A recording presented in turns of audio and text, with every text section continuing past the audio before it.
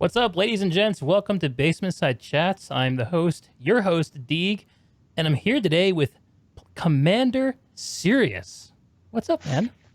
Deeg, how you doing today, sir? Thanks for having me on. It's an absolute pleasure to link up with you. Hey, You are a longtime Planetside community leader and YouTuber, and you just really got into the streaming game that I've seen in the last few months, and it's been really fun watching you. So I'm really super glad we were able to make this happen. awesome, awesome. Yes, it's new and exciting to me, and I'm still trying to figure it out. Uh, Learned plenty of things for you. I'm an aspiring podcaster myself, so Oh, really? it's been fun to get into it. Not that I've done one yet, but hey, What in the interests you future, about maybe we can do more of it. podcasts? Well, I do like the discussion format's great, right? Playing Uh-huh. games is fun, but we all get to play games, and then here's an opportunity where we get to dive a little deeper. So. Yeah. Uh, this is a great place for me to wet my feet in it. So thanks for having me on. Oh, my pleasure, man. Yeah, I love the podcast format. For a long time, I tortured myself with the negative thought I should really do YouTube content or I should really do something because I have ideas. I want to get something out there, but it never really clicked for me until I sat down with a friend or two and just started talking, and I realized, you know what? If we recorded this and maybe put a little more effort into it, it could be something. And Right. then That's awesome, man. it's just been a progression of things. And yeah, the conversational format is hugely important, I think. And this is, I don't know.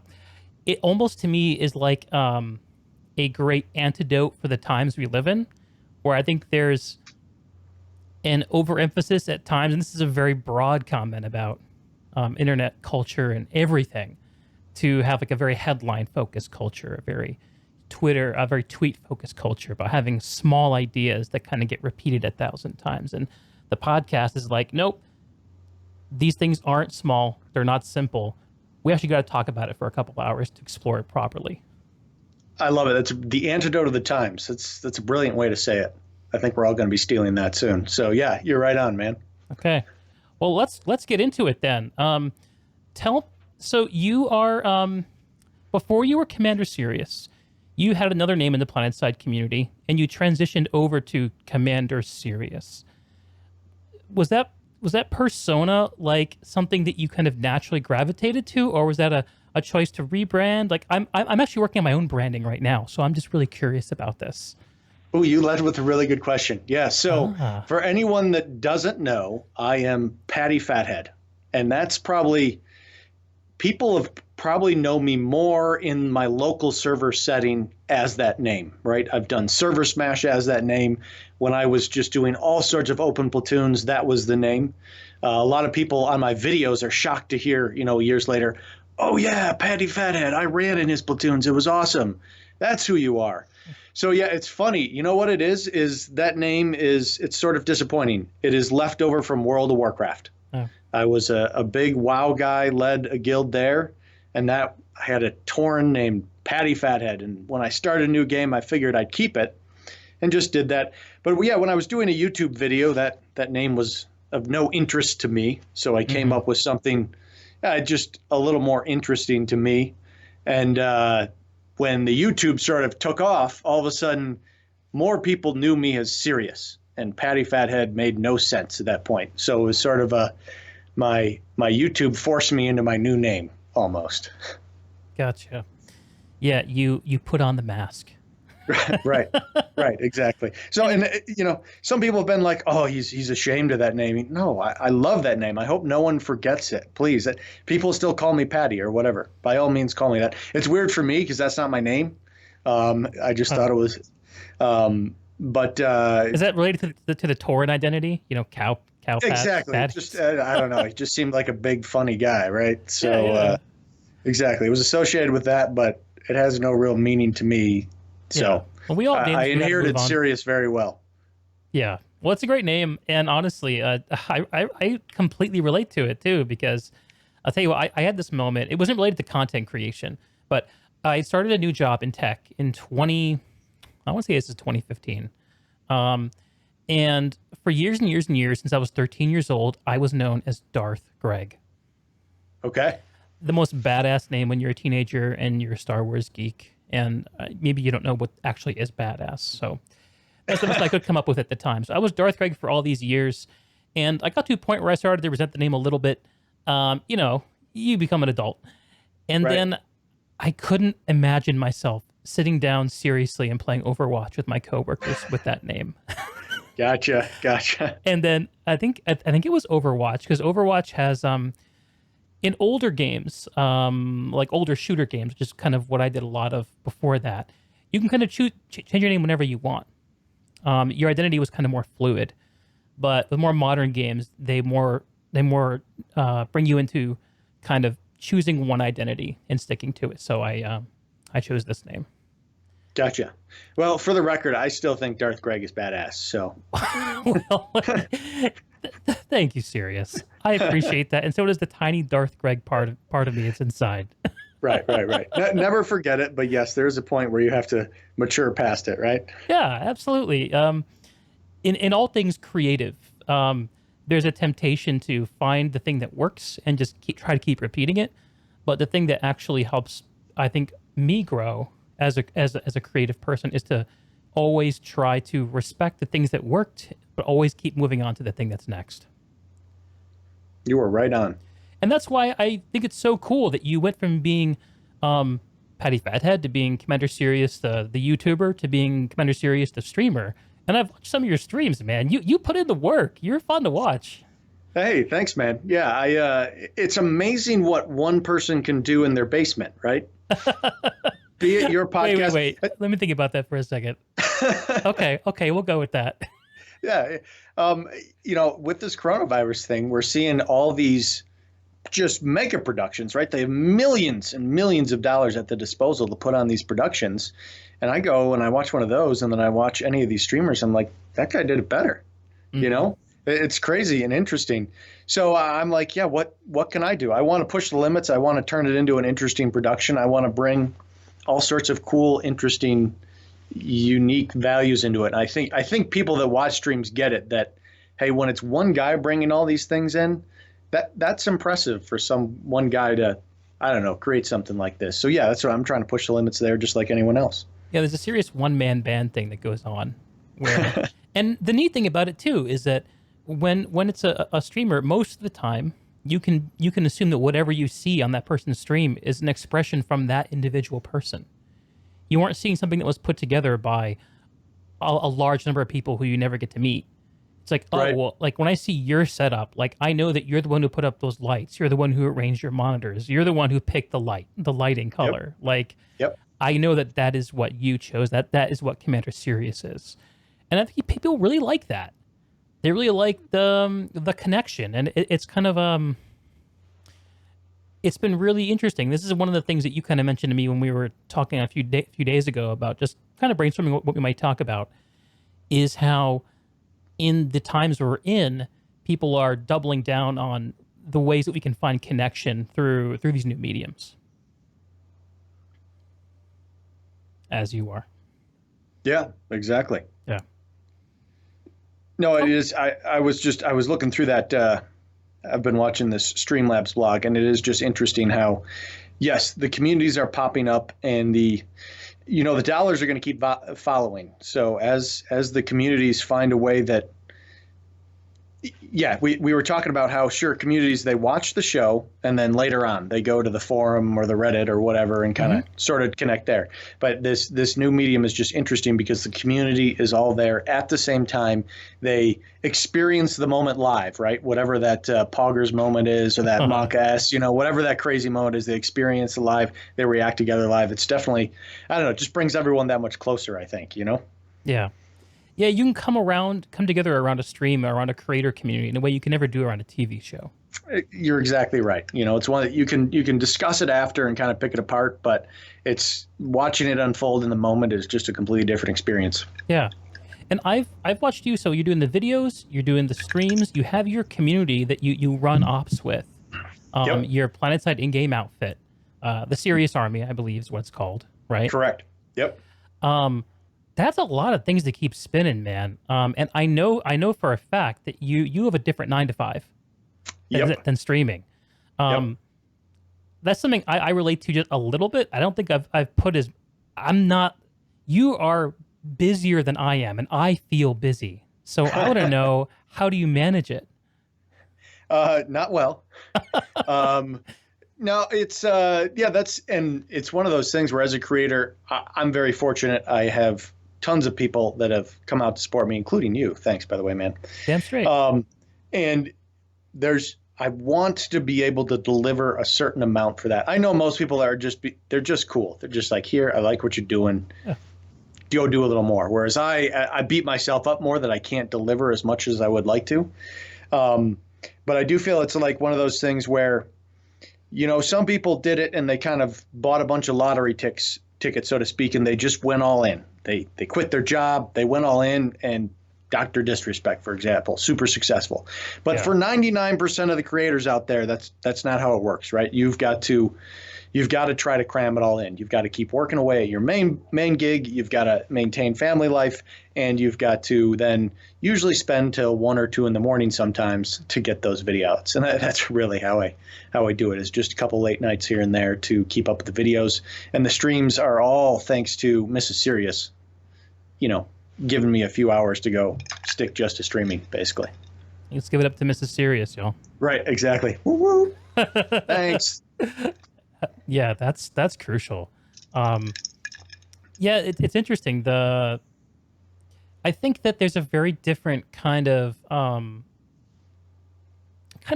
and maybe community. I'm not sure that you get when someone is.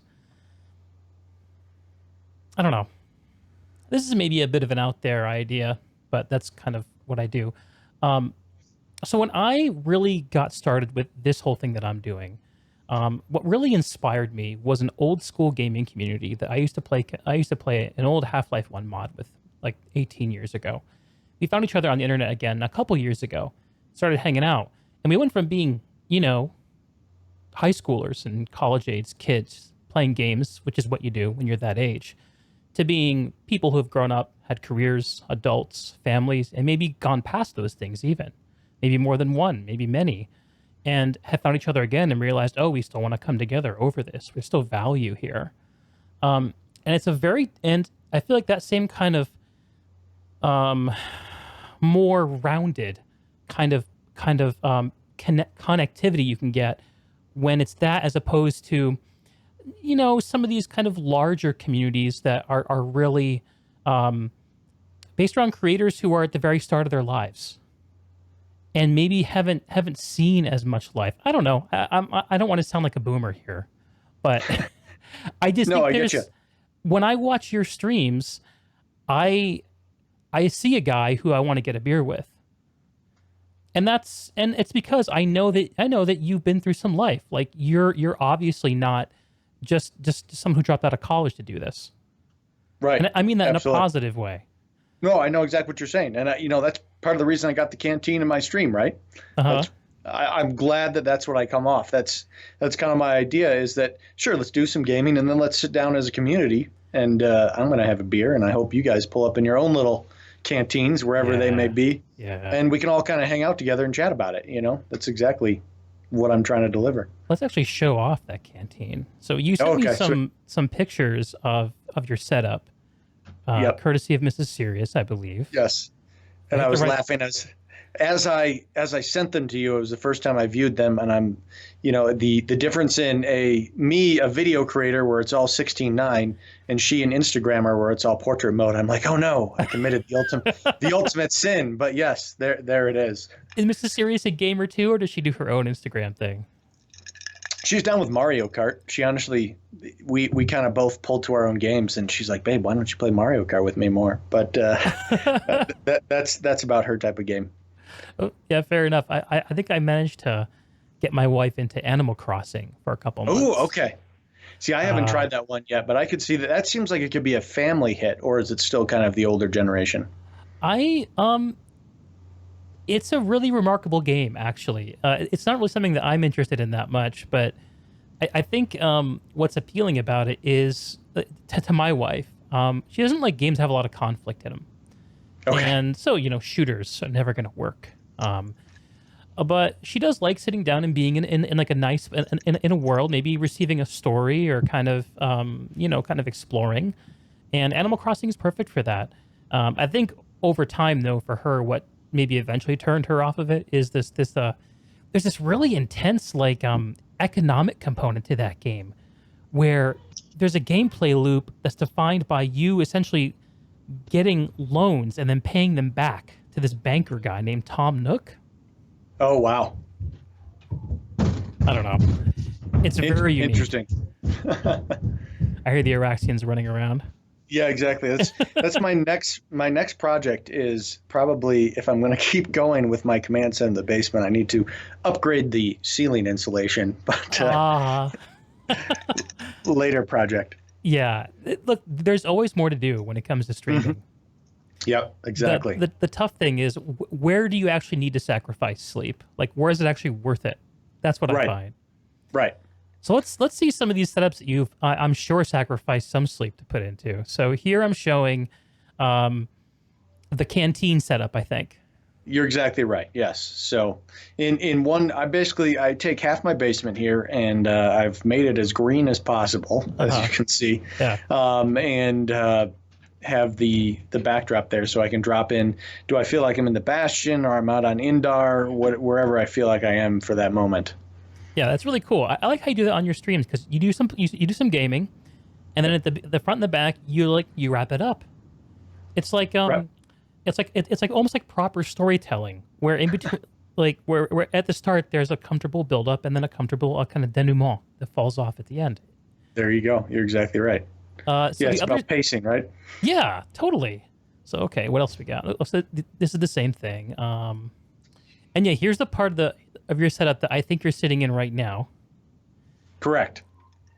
Where you this over here I call the command center. I'm actually, and what I sort of like about Planetside, and I've sort of made up my own lore, is I feel like everyone should be in their own pod or whatever, doing their part for Araxis. So everyone should have their own little command center, and we've all got our own setup. I'm lucky. I've had a lot of time to develop mine. So guys are like, "Oh, that's awesome. I wish I was there." Hey, you'll get there. You'll get there to those guys. But that's kind of the idea that we all sit down and then we go do battle out there, right, on the fields of Araxis. So damn straight. I love that idea, like the everyone having their own little command center. So you've actually done some. You said your personal lore. I know this is a thing because I think I've seen a video from you where you put a you did like a story video of some kind recently. You're exactly right. I just kind of infused a little bit. There's a lot of headcanon, what I like to bring up. Remember, folks, there's, everyone complains that Planetside 2 doesn't have lore, which of course is a bummer. But at the same time, that's an opportunity for everyone to make up their own, in my opinion.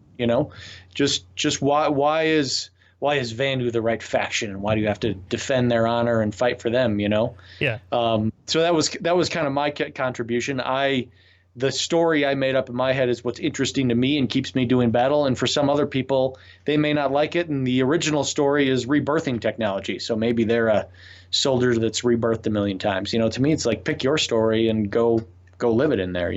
Yeah, it's like you've really embraced the sandbox nature of Planetside. You're exactly right. That's exactly what it is. Yeah. Sometimes, sure, more lore excerpts would be cool, but maybe they back themselves into a corner, or maybe they take away something that made the world awesome to that person. So even though it's a little vague, I think you can fill in the gaps and imagine something awesome. Yeah, or do it very sparingly, right? Like absolutely. A good friend of mine just started streaming, and he showed me a game that I haven't played much of. I should restate this. I have not yet let myself plunge into, which is the Dark Souls, all the Souls games. Oh, okay. And I don't know if you've played them, but they have a very distinct approach to storytelling. But rather than forcing you to go through cutscenes and have you talk to NPCs that have big dialogue trees and listening to people talking at you all the time, instead they have little like notes on items that you can read, little letters lying on the ground that you can pick up and look at. Interesting. Or little environmental storytelling cues that if you want to, you can pay attention to them and kind of put the pieces together in your head. But you can also just completely skip them if you want to. And that kind of approach, I think, could be really cool. And we're starting to see a little something like that going on in Esamir, aren't we? You're right on. You're right on. They are really, they're, the spirit of teasing is alive, right? They're getting those teasers I out there. love it. Yeah, we did a whole stream dedicated to just kind of hunting those things down. So it's, yeah, what could be coming? Could you It's briefly interesting. summarize for those who are not in the loop? Yeah, yeah. The key places to look are, you can look at the northeast warp gate of Esamir. Hmm. One of those spires is going to blow up or something. On any settings, you'll see it's starting to explode. You can go to the sanctuary and browse out the window, the main window there, and you'll see a storm brewing over I Esamir. saw that just the other day. Yeah. Yeah, so that's pretty cool one going on.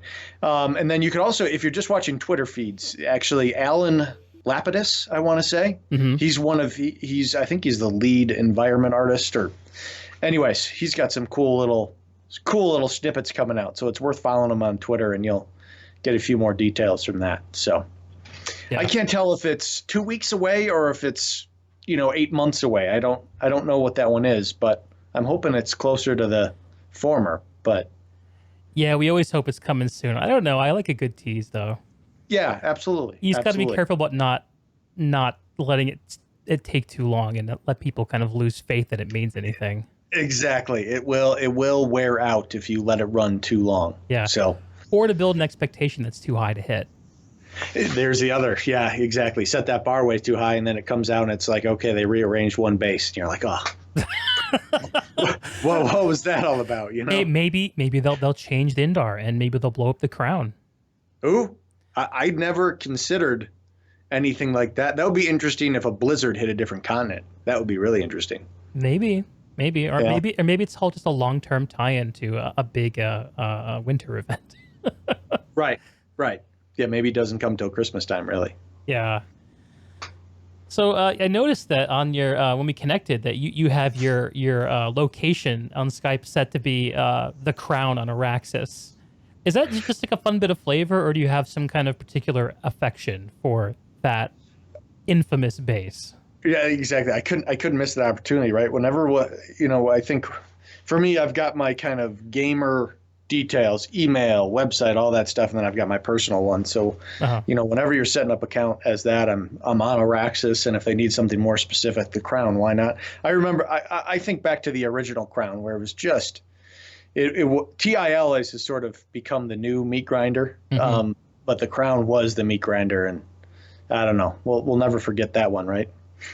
So that's why I had to pick that one. Yeah. I don't know. Maybe we'll go back to it. Maybe I don't. That was back when it used to be really hard to lock continents. Hmm. So we would literally play on Indar for weeks and weeks on end, and there were a lot of crown battles back then. 500 Days of Indar. Yeah, pretty much. Yeah. So this is a different time for Planetside, I feel like. There was a time, especially last year, where my personal, like, I still like playing the game. And I think I told you that, like, for me, Planetside's the kind of game that I will play reliably, like, 2 or 3 months out of every single year, no matter what. And I'm always following it, even when I'm not playing it, because it's unique and I'm constantly drawn back to it. But last year, I think it was really easy to look at Planetside and think nothing is ever going to happen that matters. And if we had a tease like this that landed this time last year, we would have been like, "What the hell? Why are they bothering?" Yep. There was a feeling, I think, in the community that built up over years of, I would say, I don't know, this is a big conversation, but expectations that the community had that maybe weren't quite hit. But that's really changed in 2020. And we're seeing now Rogue Planet games come out spitting fire. Like, I, for the first time as a Planetside fan, since I started playing Planetside 2, more than 5 years ago, I feel like something could happen that I would not expect, that I could not think of. For sure. I thought Outfit Wars would never be something that they would ever do, as an example. Yeah. Yeah. So you had a chance to cast Outfit Wars, right? I did. Yes. It was a lot of fun. It was funny. I think the devs were all excited. They had this big plan, right? And at RPG headquarters, they have a great cast room, right? They got the green Yeah. screen, they got the desk with the 3 computers, right? They're Yeah. all ready to go. All of a sudden, they were thrown at home, and they're left like, oh, what do we do? We don't really have cast setups ready to go. We can't. We promised the community we'd cast, but we couldn't. So I think it was probably always in the back of their heads, and it kind of forced their hand. And I think it played out really well that they basically just handed the whole thing over to the community, right? They let any Faber, Archie, Yep. Planetside Battles, everyone associated with that. They let all these guys grab them, and they supported them big time. They hosted them. They gave them keys to give away, and I think it just played out perfectly, I think letting that's the the way to community go. cast it. Yeah. Yeah, I'm hoping they just keep double down on that and really just find ways to support all the already existing creators to keep casting those events. Yeah. What kind of relationship do you have with RPG? Do they give you hints about what's coming? Do they throw you keys to give away and stuff like that? How does that work? Yeah, love hate relationship. Ah, No, no, no. Great. They have been just stunningly generous, handing out keys, and I was able to hand out a bunch of the Doku packs. So major shout out to oh RPG. yeah, those are favorites. Yeah, exactly. Those are big. So they've just the transition really was RPG, right? When they were Daybreak, it was all pretty stingy, right? It's like Mm-hmm. it took me a really long time just to get an observer cam. Mm. Just kind of like basic things when I'm pumping out the content. So, no, they've really bent over backwards. It's tough as a community. I think we're all kind of in that rough spot where, Planetside 2 got abandoned. I think probably rightfully so. They made a lot of money with H1Z1. Like if you were the person that was looking at the books and you got this thing over here and you got this thing over here, I can't blame them for putting the devs on the one that's just spitting out dollars, right? And so how do you react? My inclination is to give them the benefit of the doubt, but there is a point where it's like you gotta stand up for what you're interested in, and that is inevitably going to create lingering animosity, right? They're going to be, I think Rel used the term, the game haunts them, right? It's tough getting berated by the community for things that when he's doing the best he can with the minuscule resources he's given. I heard at one point that there were only 3 people working on the game, and he was Yep. one of those 3. Yep. Can you imagine being in front of the community when you only have 2 other people at your back for a game this size? Yes. Yes. He got the ultimate shot, right? The gamer turned dev, but it's got to be bittersweet that you get the shot with no resources to really do anything. And major props that him and a few other guys whipped together the implant system, the rework, made it better, and also that had to kill it in terms of profitability. 3 guys making a system that's just spitting out dollars, and that to me is what even. To me, without that, I don't think Daybreak Games would have ever looked at this game again as something that could make money. So, So if a few guys can make a system that can make as much money as the implant system did, then this franchise still has legs and an audience that's willing to pay to keep the game going. that's exactly how I feel. Yeah, I really think that kept this franchise going here for sure. Yeah, the implant system I think was very polarizing for a long time, especially in its initial iteration. There are still moments where I see people who are just starting the game, going to get their arms around it and realize that there are still some implants that you have to gamble to get. Mm-hmm. Which And you're right. I think is a huge outlier of a problem. Right. And even in its state, that's such a tough one to solve, right? When you have a 7, almost 8-year-old game and you're trying to make sure the veterans keep playing, but you also are very dependent on new players getting into it. Yeah, man, having such an integral part of the game costs so much to get into. Yes. I don't know how you really fix that one, right? Yeah. Without making the veterans feel cheated, because you could make it easier for starting players, right? Double, triple ISO, something like that. Something Or for the new selling players. perfect implants. Yeah, that's one way. At least you kick out the loot crate end of it, which is also kind of that's questionable. So yeah, I don't know. Like as a gamer approaching it, like I have a 9 to 5, so I can support Planetside. I don't have to play it as a free title, which means that for me, I jump at the chance to buy a perfect implant to just get carapace on everything. Like that was an easy choice for me to make. Yeah, I know not everyone playing this game is in that position, and it being a free to play game, it probably tilts towards the other end of the spectrum. But it's one of those things where I'm sure it makes the company a lot of money, but I also think it presents a kind of an image problem. absolutely. I mean, any of these big titles out there depend on the masses, right? The masses coming to it. And sure, there's the whales for sure, but they catch a few dollars from just a wide range of people. And that's how they're able to just do so much for the games, right? They just have such a massive income base. So Yeah. Yeah. I don't, it's a tough transition, right? Where could a lot of people are like, well, why does everything cost so much in Planetside, right? Could they make the transition to stuff being cheaper where sure, more people would buy it, but then people like you or I that would spend $100 on a bundle, if they no longer have to, they may be cutting their income by making things cheaper. There's a threshold there that is risky to cross, right? Yeah. And to what extent does having to grind turn people off versus having the ability to grind make people engage? That's another really key piece of it, right? Yeah, because people, they need something to go after, right? Yeah, something to chase. If there's nothing to chase, yes, you will have more people fading away. So there is a keep people engaged part of the grind for sure. Yeah. Thinking back to when the directive system debuted and they brought out the first, what do you call it? Directive weapons, right? That was a huge boost to the existing veteran base because it's like, oh, finally, like I have something to go for that's going to and not only is it a cool reward and unique, but it distinguishes you from the people who don't put in the effort. I mean, that Absolutely. over time, less so because only more and more of those directive weapons are going to go into the wild over time. Yep. But I think that's a good example of that kind of engagement too, and there's no RNG involved.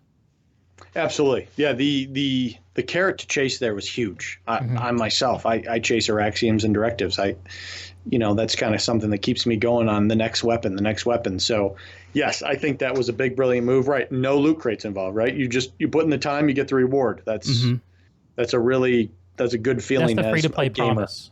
Yes, right? Absolutely. And speaking of having something to go for, I mean, there are just so many places this conversation can go. But I think that talking about the directive system, talking about having a reason to log in, something to chase. One of the things that we got teased in a recent dev stream is this new take on the mission system that looks like it might be coming. Yeah.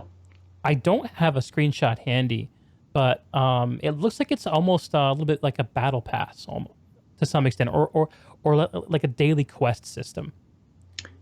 Yes. Have you thought about that much? I didn't see the battle pass end. I was thinking of it as the second, where it was kind of a little more of a daily mission where you could go pick a few up and say, okay, I'm going to kill 10 ESFs or anything like that.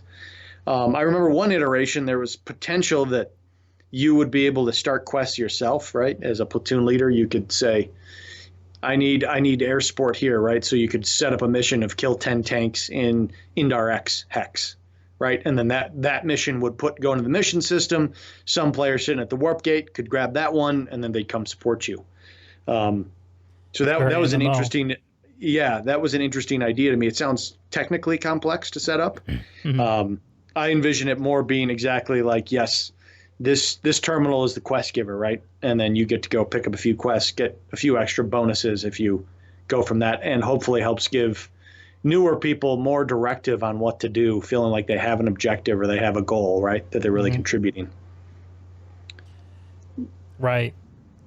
The battle pass idea, that I did not see that screenshot. Did you see something that I might be lent itself conflating towards two different memories that I've had? That could be on me. Okay. Regardless, though, I think it's good to know. One of the things that I've always chirped whenever I think about Planetside and things that could do better is to really engage more with the MMO side of its identity.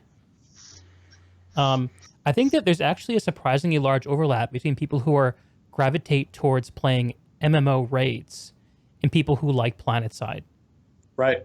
Um, I'm right there with you on that one, actually. mhm. That to me is as a past MMO player, that was kind of the most disappointing part of MMOs to me. I like that you get to create a character, right? You become a personality in that server. The most disappointing part is it's all just math, right? Math and RNG. Mhm. There's not Math and RGB, a little bit of that too. RGB, yeah, exactly. Plenty of that too, right?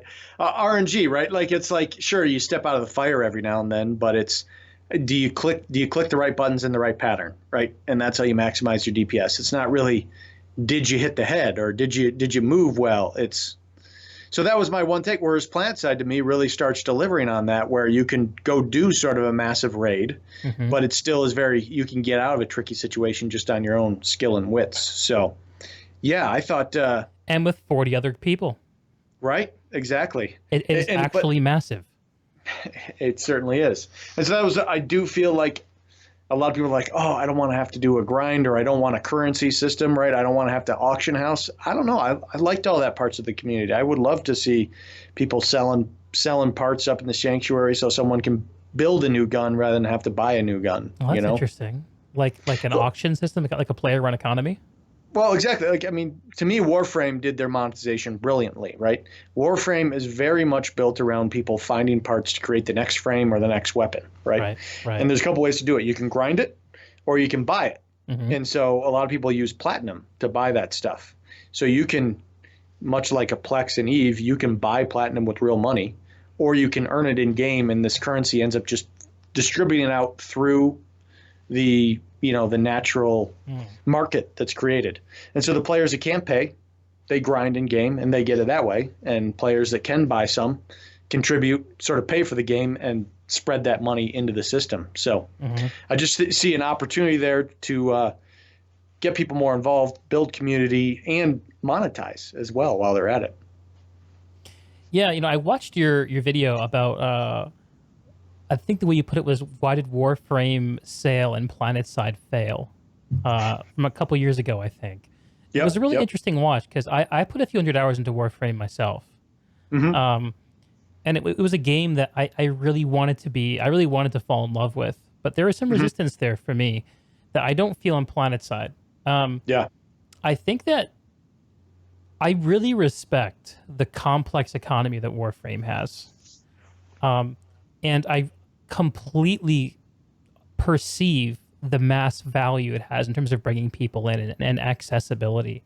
And they also even have, good bits of FOMO where they rotate in these things called prime frames, where you can only acquire them for money for certain amounts of time.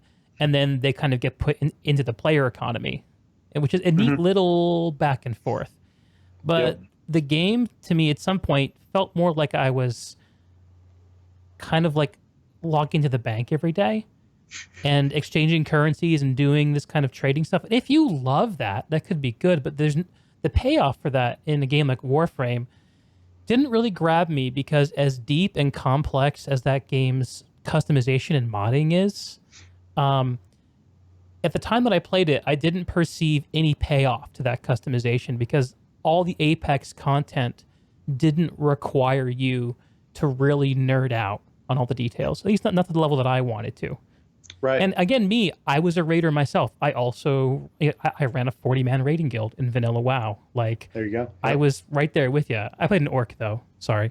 Same. That's okay. For the horde though. We can agree on that. Yeah. Right. Exactly. And I was right there with you with Warframe. It was huge. It was a phenomena. But I never latched onto it as that same thing. It's like and everyone kept saying, well, you can do like 8-man raids at the end. And if you can do like, you can get up to 20 and 40 and 50 waves, and then it really gets serious and all that. And I see that. I just couldn't, that wasn't inspiring enough for me to try to max out to do that stuff. Yes. I was like, if it's just a little more of what I'm already doing, that is not a go fighting Yogg. Right. Exactly. It's not go fighting the Yogg Saron or something like that. It is. Yeah. Right, or rag, whichever your pinnacle is, it did not have that vibe for me that at least WoW delivered, and did not compare to kind of the massive sandbox end of Planetside. So at the same time, I could vision how for a lot of people, Planetside would just be too overwhelming. And Warframe is a nice, succinct, I go do this, I get this reward. And for a lot of people, I think that's what they want in their gaming, you know? Mm-hmm. So that's kind of where that video came from, is disappointedly yielding how we're all weird masochists that like being in this endless battle that you're not quite sure who's winning and if it'll ever end. And some people are just like, hey, I want to play for an hour and I want to get a Warframe. And that's what this game delivers, you know? Yeah. It's a fun comparison because they're both free-to-play games with wildly different levels of success and industry almost like cultural impact. Planetside, I don't think has really. I don't see a lot of games out there that are learning from Planetside, but I see a lot of games out there that are trying to do things that Warframe does well. Yeah. To me, where the one that kind of hit that niche, I was always playing World of Warcraft. I'm like, there needs to be an FPS RPG. Yeah. Right. A first-person shooter role-playing game. And, The Division is kind of there, and Destiny 2. Destiny 2 is the one that really grabbed that niche. I wish Destiny 2 had, I hear raids and they're like, oh, the raid's 8 people. Right. I'm like, or is it 4 people now? I haven't played it, but man, we dip our toes in the same pools, dude. I tried the Destiny raid scene too. Did you get into it at all? I've had it sitting on my PC. I don't know if you it's down, but on this screen over here, I've got like 20 games. Right, I'm going to review all. I'm going to be a YouTuber. I'm going to review all these. Oh, and nice. Never. I can barely keep up with the Planetside 2 content. It's time-consuming, dude. Yeah, it is exactly so. So, I was like, okay, is this the game that's going to, I want a 40-man raid, right? In an FPS environment. Wow. I think that would be epic. And then, okay, well, it's definitely scratching the itch for people, right? Where it's an FPS RPG for sure. But the scale just isn't there enough to really draw me in. I don't know. What was your experience with it? I found that, oh boy, this is going to be a weird thing to describe. I found that the end game of Destiny was a little too plasticky for me. Okay. So one of the things I like about Planetside, and actually most games that have PvP and build communities, is that the connections you make with people are a little bit more robust. I'm not sure I can really characterize exactly why that is, but almost all the people that I game with over the years are people who I either shot at or shot at other people with over the years. And people that I did WoW raids with, as much as there's that overlap that we talk about, those people haven't stayed in my gamer circle for whatever reason. Right. Interesting. So it's almost like a I don't know, like a blood bond or something ridiculous. I don't know. Right. But so Planetside is great at that. Absolutely. Your Planetside friends remain people who you game with. At least that's been my experience. Yep. And I see even for, Merc, we're still Planetside based, but it is really a gaming group. And everyone some people don't even play Planetside anymore, but they play with Merc people in Arma or ESO or whatever the flavor of the month is. The base was the group that formed in Planetside, and then you go play all these other ones, Absolutely. And I've seen that too to some extent. That dynamic is not there in Destiny, even though Destiny has a big, like a kind of big-ish PvP scene. It always feels like it's trying to put you into transactional situations where the people you're playing with are just kind of like, they're there, but you're not really working with them. You're not really cooperating with them. I always found that none of the groups that I joined in Destiny had that kind of connectivity that I look for. And that's the same reason I bounced off of Warframe too. Yeah. Oh, that is very interesting. Yeah, the few streams I saw of Destiny was like, I'm sure there is a healer in there, but in general, it was just one guy wrecking things, right? Sure, he had a group, but like everyone was just doing their own thing, killing things, and all together you killed all the monsters, but it didn't feel like there was all that much teamwork really involved. Hmm. Well, there are a lot of pieces in Destiny raids, and some of them are pretty challenging. But Okay. um, and the other thing too about Destiny is that the way that its content is designed seems to be either consumed at the level of a weekend warrior, once a week person logging in, or a hardcore streamer who's going to be Gotcha. consuming this content to blow it up for the rest of the community. Because Gotcha. they have these really interesting community puzzles that they do, where they put things out and they solve things. And when the community works through these insanely crazy puzzles and clues, it points them somewhere in the game, and they go there and they open something up, and there's something there that no one else has seen, and that streamer can be the first person in the world to see it. Interesting. Which sounds amazing, right? Yeah, for sure. It's like opening the gates of Encourage. Like, it's like, oh my god, I want to be there for this. Right. But it's not something that, unless you're that guy, you can only experience it peripherally by watching it on Right. YouTube later, or on Twitch if you're lucky and happen to be there. Right. So if you want to actually connect with people and have these shared experiences, that is not an important part of the community dynamic that's being created by that game and Warframe 2 for me. Whereas Planetside, I come back to because it's your brothers. Yep. I feel that. I feel that.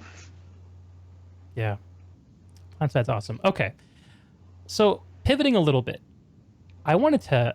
I've been dying to ask you some questions about some videos you've done over the years. Can we do this? Yeah, dig in. I'm an open book. All right. I'm gonna go. I'm gonna try to start with the softer the softballs, and we'll work our way up. Okay, cool. One of my favorite videos that you did was entitled "The Challenge," and I'm gonna put it on here in the background while we talk about it. Let's see if I can press the right buttons to manage that.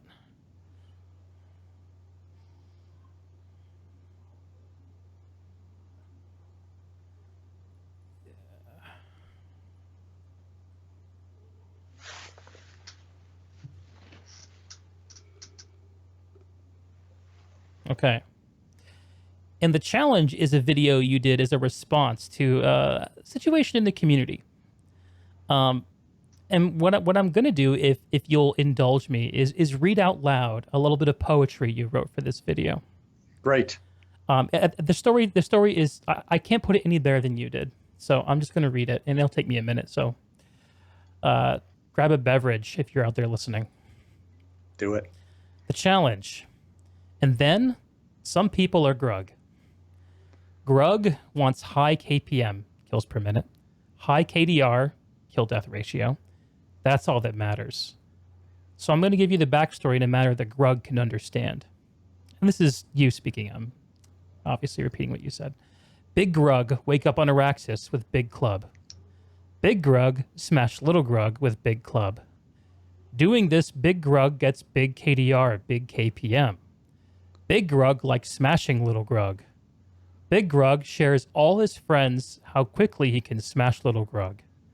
Big Grug feels good about themselves. But little Grugs find a solution. If little Grugs stick together, work as team, big Grugs can't smash them very well. This makes big Grugs sad. Big Grugs want little Grugs to spread out so they can smash them better. Big Grugs make fun of little Grugs for being together. And Commander Grug comes along and says, smashing little Grugs no make you big Grug. Smashing other big Grugs only what make you big Grug. Big Grug gets mad. They say Commander Grug only says that because he can't smash little Grugs fast. So, they challenge Commander Grug to go smash little Grugs even faster than the average big Grug smashed them. And then, when he does that, there's deafening silence and they delete their comments and we're left right here. Your telling of it is so much better than mine. I love it. I don't think so. You got to go back and watch the original. But tell us about this. What was the going on with this little bit of poetry? Yeah, here's my thing. Over the years, I appreciate my enemies, right? Because they are my content. This game depends so heavily on someone else being willing to be on the other side, being the bad guy for me, right? No one in this game thinks they're the bad guy. But if you're fighting the TR and you're fighting Patty Fathead's platoon, Patty Fathead is the bad guy. And if you're playing TR and you're fighting Evil Pig's platoon, that was the leader of 666 Devil Dogs, he's the bad guy. Mm-hmm. So over the years, the tendency is for people to cry out and to hate, that outfit, right? That outfit that has too many members, that outfit that does this, that outfit does this. Too many members. Right, exactly. So my frustration is when people they look at the other side and they don't see themselves in it, and they see someone else that's worse or doesn't play it right. I saw what I considered friends, acquaintances, just really get dissed. People that are just trying to bring the battle to me on the other side get dissed a lot. So my natural inclination is to stand up for them and is to explain, well, hey, be grateful that you have such great shooter skill that you can farm these less skilled players at 3 kpm, 4 kpm, whatever you're going to be able to do it at. But you wouldn't be doing that if it wasn't them. And there needs to be a way for them to have fun in this game too. Mm-hmm. And the way a lot of those players can have fun is being epic platoon crashing across Araxis. And sure, maybe the battles for some bases are unfair, but eventually they're going to hit a biolab or a tower, and it's probably going to swing in the other faction's direction. So I didn't see a reason to hate on them. So that's why I've always kind of been in their corner. The little Grug's corner. The little Grug's corner, right? My claim to fame is videos explaining how I think we could avoid Zerging, how we could improve it in the game. Mm-hmm, mm-hmm. But at the same time, while it's here, don't hate the little Grug, hate the game, right? Mm-hmm. They're just trying to find a way to have fun in the game. You find your way to have fun. I know that's farming little Grug, great, but don't hate on them. Mm-hmm. And so I think, the first inclination of those players would be like, oh, well, Cyrious, he's just another little Grug. He can't do it. Because I spend most of my time running open platoons and trying to create content for these people, right? But you just don't understand because you're not able. Yeah. Exactly. But if I want to go out and farm little Grugs, every now and then I'll go out and farm little Grugs. I'm not the greatest Planetside player ever, but I can farm just like the rest of them. So there's a little bit of confusion there that I had to kind of drop the mic and clear that up for a second. Yeah, let's set it straight. So yeah, that was fun. I was way too hard on B-Way, but unfortunately, that unbeknownst to them, really, a few of their members were really the ones that were leading the charge. So as a content creator, I expect to get focused, right? Mm-hmm. Rel did, anyone did. You're gonna get thrown under the bus, and I think a lot of content creators, their move is to just be diplomatic, and I'm a guy that's gonna swing back. People can take swipes at me, but I am in a position where I get to hit really hard, and I will swing back for better or worse. Some people are gonna leave and say, "Cyrious, I don't like your response," and I understand that. Totally entitled to that. I'm on the other side where it's like if someone's gonna confront me, I'm gonna swing right back. Yeah, it's a tough thing to negotiate, I imagine, because being in the position you're in, you have to measure your response with that position in mind, right? Let's give Rel a quick shout out in chat as we go on. How you doing, man? Rel, we were chatting about you a little bit earlier. We didn't envy your position of coming in and having the ultimate, right? The gamer turned dev, yet coming into a position where you have to save something with 0 resources. And I don't think anyone else could have done it, to be honest. So anyways, props. Carry on, Deeg. Yeah, awesome to have Rel here listening in. And yeah, definitely. So, I mean, you guys both, Commander, you and Rel also here in the chat, you guys both understand that even though you may have certain feelings about the way certain people are acting, communicating, behaving, that you can't necessarily react in the same way that you're getting the feedback, right?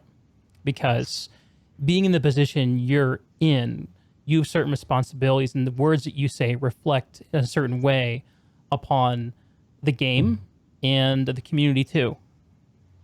And I've always really respected Cyrious, the way that you have not pulled your punches, but at the same time, not quite stooped, if you know what I'm saying. I do. I do. It's a tough balance, right? And every content creator finds their balance. And I'm not going to judge whose is better. Mine's certainly not the best, but it is, you know, some people want to be a little more hard nosed about it. Some people are a little bit more, they're generalists and they're not really going to go focus on anyone. I think that's generally the more popular position to take. But what's the safer in the end, position? Right? Well, for sure. In the end, you got to be true to yourself. And some people are going to see through it and they're going to be like, okay, I understand what he's responding to. And some people are going to be like, that's not my bag. And then they go on. And I totally respect that, right? Everyone's going to kind of fall into their own niche and what they like, you know? One thing's for sure. I will never forget the epic of the Grug, of the little Grug, of Commander Grug. Right. And you know what, to be honest, I consider myself a raindrop in that whole thing, but I feel like everyone in the community has gotten better from top to bottom. I think bottom has been better about not hackusating. I've been kicked out of platoons. You know, people see me as the guy that only goes and I'm the white knight of the little Grug. I've been kicked out of platoons because I walked into a hackusating session, right? Where a whole platoon is complaining about 3 guys from that, whatever that epic outfit is. And every time they say, no, you're wrong. I just completely shut him down. Everyone can picture Commander Cyrious doing that. Very similar to the challenge mode. No, he's not hacking. No, he's legit. No, Drew did not hand hacks out to recursion or whatever that episode was, right? If there's something I know, I'm going to come at you about it. It's a player that has tweaked his settings, tweaked his mouse, tweaked his desk. He's done everything. He has worked himself into this precision killing machine. And for someone to discard all that and call him a hacker, I understand. I understand the big Grug side, that it's unfair to them to all the hard work, put it as nothing. He's hacking, right? So I can understand that side too. And I've been kicked out of plenty of open platoons for trying to convince people that, hey, no, they're just that good. Yeah, I think that there's a kind of a metaphorical magic that people see when they don't understand something in the game that happens. And, you know, maybe in the real world, you would look at something unexplainable and say it's magic or it's God or it's, you know, insert whatever structure from your belief system makes sense. But in a video game, the answer is cheating. Absolutely. Or exploitation or pay to win is another one too. Yep. Especially for free-to-play games like Planetside. And it's a tough balance. And I feel like there's no game that's more likely to confuse people about outcomes than a game like Planetside, which is it's not the fastest time to kill out there of games, but it's faster than many, and it's also MMO sized. So and it's a huge sandbox. You're not in a 6v6 scenario pushing a choo-choo train, you know. Right. You're in a 600 versus 600 scenario. You could get sniped from across the map. You could get bombed from someone above you. You could get taken out by your own idiotic teammate shooting a jackhammer. Right. There are so many ways to die in Planetside. Yep. And the role of client-side hit detection is something that is so hard for most to understand. And even to the extent that I still see great players who know better rage against it. Yep. And, you know, me too. And, you know, we all need to find our little things to hang our hat on to say it's not really my fault sometimes. Right. Well, and Planetside is especially unique because what's worse is Planetside TTK is as low as other games if you're good, right? And you hit the head. Whereas everyone else, they're used to being able to get the drop on someone, dump a few body shots into them in Warzone or whatever, and get the kill. Hmm. Whereas Planetside, if you dump a few body shots into someone, all they're going to do is juke and headshot you. So it's all the more perplexing into that it feels like the TTK for that good player is so short, and your TTK feels forever. I mean, you'll dump a whole mag towards someone, and first they miss half their shots. Second, they're shooting from too far away. Third, they're hip firing or whatever. So the disparity feels all the worse because you feel like your time to kill is so much lower. I don't know how you solve that without ruining the gunplay, but Yeah. it's just. I was just going to say, is that a problem that should even be solved? It Well, seems like it's like a blade that cuts both ways. absolutely. And the way we were describing is when it cuts back at you, right? But Mhm. the way it cuts in your favor is that you actually have a lot of creative ways to play the game, Absolutely. and you actually It have a is- lot of autonomy, right? Right. It is one of those things that if you solved it for the new players, you'd ruin it for the veteran players. You know, there is no right answer there, right? New players just have to take your lumps and you have to try to guide them over that hill, basically. Yeah. Um, Which, and that's no, go ahead. kind of some of my more successful videos. The ones that I get the most like, hey, thanks for that video, Cyrious, is the one that explains that to people, right? Where they start understanding, okay, I get it now. This is the difference. It's not magic, right? I love your description there. It's not magic. It's not religion or whatever. Or cheating. Yeah, it's they've got the mechanics down, and then someone starts to it dawns on them what are the mechanics that they can leverage or the mechanics that are being leveraged against them Mm-hmm. to deliver those things. Mm-hmm. So as long as we're on the topic of not understanding what's going on around you when you're playing Planetside, I want to take this discussion back to another fun controversy that you put yourself into, Yeah. which is the reaction to the Mandalore gaming review of Planetside from a few years back. Yeah. I'll never forget that scenario because in many ways, watching his video and watching your response was one of the more emblematic creator events to show off this great schism in Planetside between the newbies who want to play a really cool looking sci-fi MMO shooter and the big grugs who have 250 frames per second, know what they're doing, they turn mouse acceleration off, and they Yep. they aim for the head. Yep. I wonder if all this time later, maybe you could walk us through just for a quick moment, how you came to the process of creating that video response to Mandalore, and maybe what you were thinking when you were first seeing what he was doing. Yeah. Yeah. Yeah, and it's funny that's another video that it's like I think most people see me as a generally chill guy, and then all of a sudden I lash out, and they're like, "Whoa, where did that come from?" type of thing. And I'm like, part of it's clickbait. You know, it was funny. I was on Morphologist's stream the other day, and he said it really well about Star Citizen. It was the same exact thing. And he's like, you know what?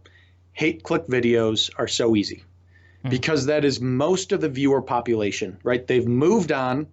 They're always moving to the new hotness.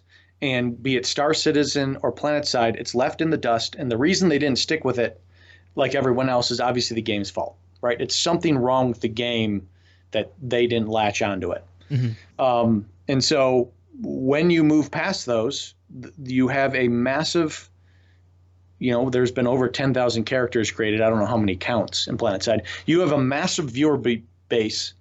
Much more people would rather watch a hate click video than I love Planetside, right? Because there's only however many active players. There's more former players than there are current players. Right, exactly. So Morphologist put it really well that it's if you want views, making a video that's going to tear something down is how you're going to get the views. And then going into how do you stop a giant, right? How do you stop it? That video was the #1 video that came up for Planetside for over a year. Yeah. It's the giant. If someone wants to go to YouTube and watch a video, they're going to say, this game sucks and I shouldn't try it.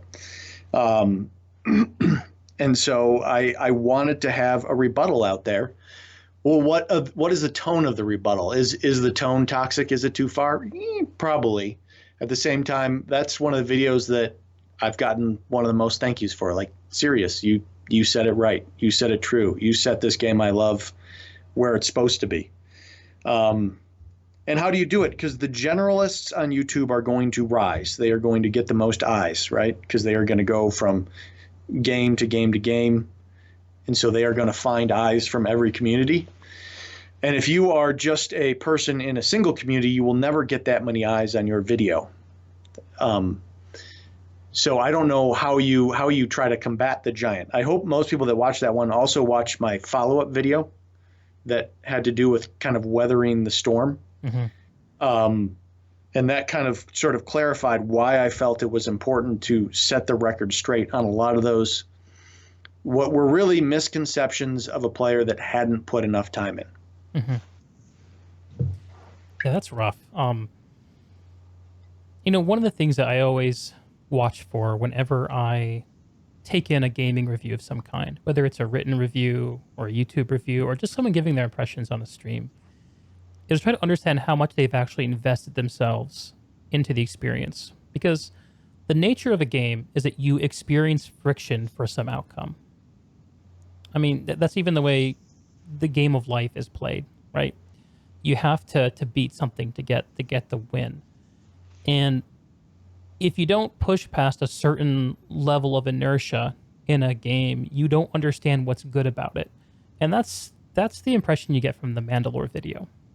Right. And, you know, I don't want to guess anyone's intentions, but to your point about the tearing things down, there was a clear tendency in my mind to search for places to give the game body blows, to search for faults. Right. And there's a lot of like little things, like honestly complaining about camo. Yeah. Come on. Right. In a world where we've moved on to cosmetics are the monetization. Yeah. You know. And you know, I could tell in your response that you were riled up, and you were a proper voice for the Planetside community in that, I think. And it doesn't surprise me at all that you got so many positive responses from that community. So I'm just glad. I'm glad someone did it, and I think you did as good a job as anyone could have asked for a community voice to step up and have something in there. And even though that Mandalore video is still way up there, at least people look at it and see, oh, it's 3 years old or however old it is. Mm-hmm. And you know, yeah, and I appreciate that, man. Thank you. And what plain devil's advocate, it's kind of like, well, does my response matter? Really isn't. That will be the experience of new players that don't get over that hill. So does it even matter if veteran players have a different experience? Like, I think that in my head, like, maybe it doesn't matter if the truth is different. If all a player coming into the game gets to see that end of it, mm-hmm. Why does it matter if the truth is different? That ends up being the reality. Does the game have to change and fix itself before we can start arguing, hey, no, the game's actually different if you spend longer? Does that make sense what I'm trying to say? Maybe so. My veteran experience doesn't really get a voice in the new player experience to an extent. I mean, the unfortunate thing is you don't get to understand the game until you're a veteran. And unless you understand the game, you can't advocate for the newbie experience at all. Right. Like, a newbie's going to come in and say, what I want is the ability to unlock guns faster. And we both know that doesn't matter. Guns are a you have a great video out there that says don't put your first certs into buying a gun. Right. You put that, you're the person you're the tip of the spear on that message. I'm not going to talk to you. I'm going to yell at you. Sometimes you gotta. That's the video. Yep. Yeah, it is a really good one and really appropriate for this community. I think that there's a really great crowdfunded reviewer out there, Danny O'Dwyer, who does fantastic development documentaries for games. His channel's called No Clip. He's huge. He's great. He did a great multi-part documentary on Warframe, And one of the people who he interviewed was a guy named Steve Sinclair. He's, I think, one of the lead designers on it, or creative director or something now. And he made a great comment about Warframe that I really appreciated, and I think is also true for Planetside, which is he was asked, do you ever, are you ever, it was something like, are you ever tempted to reduce the complex, like, why do you think Warframe is polarizing for people? Because even though it is really successful, it does turn people off.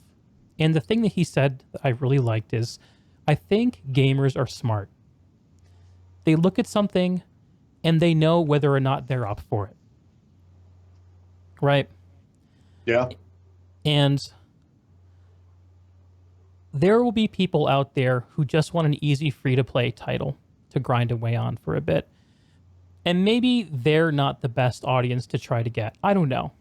But there's also there are different kinds of people who have different kinds of interest in investing themselves in an experience. And folks and gamers who understand that to get something good out of an experience, you have to put something into it. And people who actually really crave the experience of having some agency in that, rather than just being along for the ride. And I think that Planetside and the content that you put out there to show what it actually is, if you do that, is super, super duper important. And that's why I think it's really important that you have that retort video out there to the Mandalore video. Because the Mandalore video is a poison pill for people who are trying to decide whether or not to click download. Right. Or for people who have gotten a few hours in, had been killed from around the corner a few too many times, and are trying to rationally justify a negative feeling they have and justify moving on to the next game. And if they click the video that says, hey, if you fix your mouse sensitivity and turn off shadows, you'll be able to see better and shoot faster. Don't put your certs into guns. Put it into class unlocks and stuff like that. And they'll be like, oh, you know what? That sounds kind of fun. I kind of like that progression. That sounds interesting. If you don't hear that, it's not really obvious. And it seems to me that the community is in the place to send that message out. So it's always sad when someone who's not really part of the community gets to own so much of the message. I don't know. Right. No, you're right on. And that's, in the end, that's why I still, any of the videos where I'm harsh, I always feel bad about, and I lose sleep. I literally lose sleep about it. But I do feel it's important that there is a message out there for anyone, that there are a lot of people that, and again, I get the comments that say, hey, thanks for that video, for clearing it, from people that are veterans. And then I also get people that say, hey, I watched that video. I wasn't going to check it out, but then I watched yours and I decided to check it out. And I'm so glad I did. So I think it is important that there is some sort of video out there that the people that are going to get over that hill of the first negative review and look for the next one will get it and say, oh, wow, the community does stand behind this game. Oh, there is more to the game, more to the just cursory look that some people look. So that's why in the end, I'm like, okay, well, it did more good than bad, I feel like, Yeah, well, it's certainly, I think, for the people who look more than once, there's a net benefit in seeing the back and forth. Right. Absolutely. Because Planetside's a game about a conflict at so many levels. One of my favorite things about the game is that it's always over time embraced the 3 faction identity, which makes it so complicated, I think. Absolutely. People to understand and to know what to do. And it's one of those bits of like, yes, this level of complexity is going to frustrate people. It's going to make the game harder to make, harder to iterate on, and harder to sell. But this is Planetside. And I don't know, like, when I first heard about Outfit Wars, I didn't know what it was going to be exactly. I had the pleasure of being in one of the early play tests. But I was originally thinking, hey, they're probably going to do like an outfit versus outfit thing, Outfit Wars. And when I saw that it was 3 faction, I was like, oh, man, they got it right. Yeah. They really got that right. Absolutely. It's funny coming from, I was on a server in World of Warcraft that was 6-1 Alliance versus Horde. And what a disaster world PvP was in a Oh. situation like that, right? So, I think three faction can be frustrating to people, right? Because one faction every now, shouldn't say every now and then, it's part of it, right? One faction's always getting a little extra focused. But without it, there would never be relief, right? One faction would always be the underdog. Whereas here, at least in Planetside, it swings, right? One faction's getting a little over focused, but it swings, and then another faction is, and then in the end, sure, they're not all great, but you get some just amazing fights because you're able to, the push on the map changes, right? If you balanced it perfectly, we would all fight at TILs only, right? Everyone would be pushed to the middle, and there would never be any movement on the map. The fact that there are disparities allows the map to move around and get interesting fights in interesting places. Yeah. It helps continue to agitate the sandbox and keep things from getting too stale. Absolutely. Absolutely. Yeah, I love that. Do you want to talk a little bit about your experience casting the Outfit Wars game? Oh yeah, absolutely. That was fun, and I kind of got a few. The first thing I would do is give a big shout out to Kamikaze. I think everyone here is, if you're a fan of Planetside, you're a fan of Kami. But he was the one that pulled me into the duo cast. So that made it a lot more fun to me. I appreciate it. I just want to give a shout because he was the one that he was the initiator. I am excited for any of these sort of co-group streamer dream team type of things, but I never have time to really motivate them so they don't happen. And Kami did that one, so that was fun. But yes, it was super fun. I had just barely got my stream up and running, but I don't know. I see a lot of potential for the community to come together around it, and just something to strive for these outfits that really want to get into this sort of. People are going to hate me for using the word competitive in three-way, but I find that if you're playing kickball with your local gymnasium, it's still a competitive event, right? You're trying to win. So maybe this isn't like the Super Bowl, but it is still competitive. Yeah. The thing that absolutely, man. And the thing that I remember thinking about Outfit Wars is man, they finally gave outfits a reason to push. Outfits a reason to hone in on whatever identity they have. I was actually playing with B-Way when the first Outfit Wars happened. That Alpha 1 season or whatever it was, and we could talk about some of the misses that early on and how RPG jumped in to fix some stuff. And it's of course that stuff gets iterated on over time, but just going from a situation where the only thing to go for is either personal goals like directives, like the only shared goals as an outfit to go for is like locking continents and putting your names on bases. It's not good enough for a game with the MMO DNA that Planetside has. It may not be the last thing that outfits have to strive for, but it is, I think, completely crucial to developing these communities. The only concern I have about it is that not enough outfits get to participate in it. Yeah, that's a tough one. Are you looking for a bracketing system, or what are you thinking? Oh man, I don't know what the solution is. I think one of the tensions too. Interesting intonation in the chat from Rel saying that'll change. I guess we'll find out. Well, that's exciting. I know that one of the tensions, and I've heard Rel talk about this, or at least post about it somewhere, is between making sure that people are still engaged in the sandbox of Planetside, which is, on Indar, on Hassan, on Esamir, where you're grinding out certs and you're playing with your outfit, and you have that three-way 1,000-player battle. That is like quintessential Planetside, and it is risky to try to pull the game away from that too much. I completely respect that risk. Mm-hmm. And I think because of that risk, Outfit Wars becomes really bold to say that we're gonna give something outside that loop that we can put enough into to hit those same production values. And I was honestly delighted at how smoothly it went right from the start. I mean, there were problems with the way that the rules and qualification were conceived, but outside of those details, it's gone off very well and with a lot less friction than I could have foreseen there being. Absolutely. I think the tough thing for RPG, obviously, is some people want it to be the competitive event of Planetside, right? Really making that esports event. And what I see and what I think is the right way is I see it as a community event with sort of a competitive spirit, right? There's a winner. But I see something that's like, let's bring as much of the community together to not only play, but if everyone can play, then you get that many more viewers, right?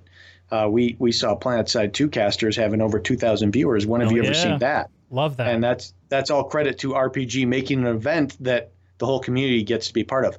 Now, I'm not opposed to in the side having a truly competitive event. And really, RPG's leaving Jaeger up. They have the gracious people at Planetside Battles kind of running the show, but allowing those competitive events to go on. But I think it was very important that the in-game sanctioned event, yes, what you qualified on the live servers, rather than pulling population off to bracketed events where you're losing battle on the main continents effectively to make them happen, the battle is going on the live continents, and it is getting as much of the community involved as you can. Mm-hmm. The best thing that can happen for Rogue Planet Games is the small outfits that are dedicated to want to be part of it is to go out and recruit new people. That would be win-win, right? Yep. Not only do those outfits not become too powerful, but they then go out and they bring new people into the kind of, mid-fit sort of environment where they're going to have the most fun, right? Where they're going to be able to create content for those players that didn't even know those sorts of outfits existed. But, they can't motivate the small outfits to do that. Inevitably, what's going to happen in some cases is the 4 super skilled small outfits are going to turn into one skill ball and they are going to dominate. And we saw that happen. Right, exactly. And RPG can't stop that. There's not a way to make that not happen. Some people are going to be out there to win it and to crush the opponents, and I don't think that's bad. That's just part of it. And then in some of the other brackets, you're going to see more competitive, interesting events. I would say, 80% of the matches it could have swung in any direction, really. Even from the outset, they were remarkably close. Exactly. Anyone had a chance at it. And that, I think that's all. Oh, there it is. There's the moment. It's up here right now. Oh, the infamous. the harasser clean sweep. And sure, I'll give an apology to Recursion. I saw that happen. It was so epic. I certainly played it up. I know she didn't get the whole squad, but it just was epic that she even got it onto the roof. Yeah. It's a fantastic moment. This is one of my favorite moments in Planetside this year because it was created by a player, and it had a huge stage and a huge audience, and everyone immediately understood what it meant when they saw it. And that's what a live cast is about, right? We caught the moment. I could have easily been at another base. Yes. Right? But we caught the moment, and that's what's so cool about a live stream or an esports event. You see those things that are then written into Planetside lore later on. And you know what? I also think that I have this funny and unique experience, not related to Planetside. So I'll try to summarize it quickly, but my group of gaming brothers who I described to you way back from the early 2000s, we all played a game called Team Fortress Classic, a mod for Half-Life 1. We made clans, we scrimmaged and practiced and played matches against each other that we all organized as a community. Very try-hardy high school stuff. But we all found each other again in our 30s, and we decided to make a league again. And over the last 3 months, every Friday night, I have been casting those matches. Ooh, epic, man. I kind of did it as a lark because I just liked that game and wanted to be a part of it again. And it is undeniable that a lot of the matchups there are very one-sided. It's a small community. There's not really enough room to have a very well-balanced league. There are only I think 11 or 12 teams. But it brought the community together and gave us shared moments and experiences and helped reinforce the game and the community and bring people out. And I think that streaming is one of those. It's one of those. I think now unassailably integral parts of any gaming experience forever. It can't be ignored. And I didn't think that was going to have that much of an impact. So I see the value in even having not super try-hardy esports, but just like kind of fun, like summer league stuff. It gives people Absolutely. a chance, like to talk shit to each other. It Yep. gives little moments of drama. Yep. And occasionally something like Harasser Gate 2020 happens. You're exactly right. Right. I mean, sure. There is the World Cup, right, and then there is your local indoor soccer league, right. They're both important. The indoor soccer league is something that delivers so much to that community, and I find if you're going out and you're doing a little league in Planetside or in whatever it is an important piece of the entire experience, right? The entire football experience or the entire gaming / Planetside experience. Yeah. Yeah, man. Well, I hope to see you doing more casts. And Yeah, I can't wait for the next. That was kind of part of the reason I've been pushing so hard on streaming, much to some of my viewers' chagrin that the videos have been so sparse, is just trying to be ready for Outfit Wars. I'm trying to get the transitions. I'm trying to get the overlays. You know, I'm seeing Yes. your streams just looks so slick here, man. Major props, by the way. Just Thank being you. able to do some interviews with some of this kind of interface up and running, to try to deliver, more of an esports experience. Twitch has a heading just for esports. I don't know if Planetside even gets a say on there during Outfit Wars, but there's people that want to come watch esports of any game, even a game they're not that into. So I want to keep working that forward. Yeah. Yeah, it'll be good. It'll be good. Casting those events are really fun, and Planetside deserves it. I'm really glad that we have a great excuse like Outfit Wars, a nice big stage like Outfit Wars. To be like, Absolutely. here's where we're going to show off the game. This Yep. is where to concentrate your attention. Good stuff. Absolutely. And just not that I didn't get to say enough, but thank you to everyone that came out and viewed. I know for some people they think, it doesn't matter, but having the people come out and there's a little Raxian skin. Be the audience, Anytime. be the people cheering, be the people memeing, be the people emoting. It's such a key part of the experience. So thanks to everyone that came out and participated in the cast. Definitely.